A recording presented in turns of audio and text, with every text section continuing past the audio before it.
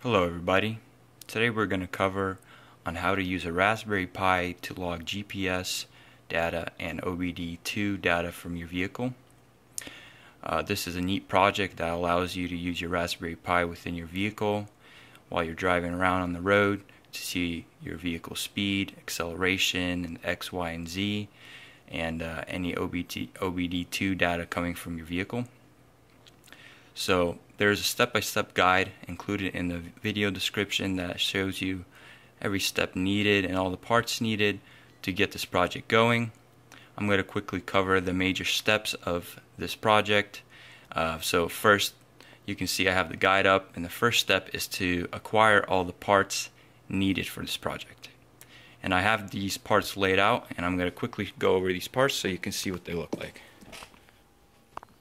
So first, we need a portable display that can be powered through your vehicle or a battery bank.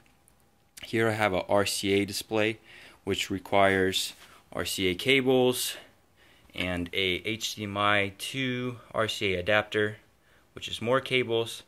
So if you guys can get an HDMI display, make your life easier. And like I said, you're going to want your display to be powered through your vehicle via the 12-volt cigarette lighter or through a battery bank. You don't want to have a display that has to be powered through a wall socket, otherwise you won't be able to drive around with it. So these are all the parts needed for an old RCA display like I have. The next part that we need is the OBD cable.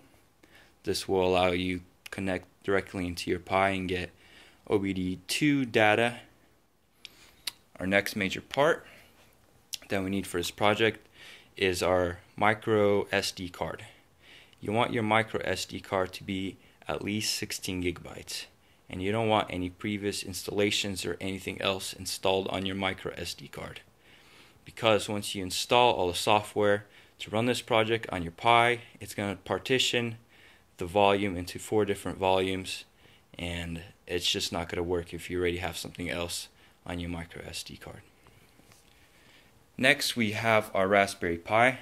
So here I have a case around my Raspberry Pi, and it's not required, but it's recommended so you're not damaging your Raspberry Pi when you're doing your installations or whatever else you're doing. And you can get a simple case like this that allows you to protect your Pi and cool at the same time. Our next major part is the GPS, and this simply connects to a Raspberry Pi. We also need an HDMI cable to link between our display and our Raspberry Pi.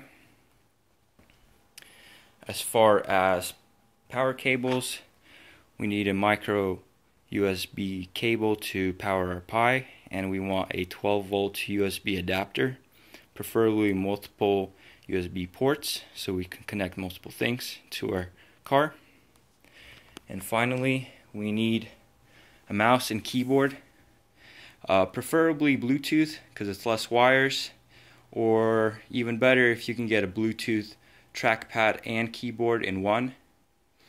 Wired mouse and keyboard will also work, but you'll see soon that you're going to have a lot of wires in your car. So these are the parts that we need to work this project. I'll go over them again real quick.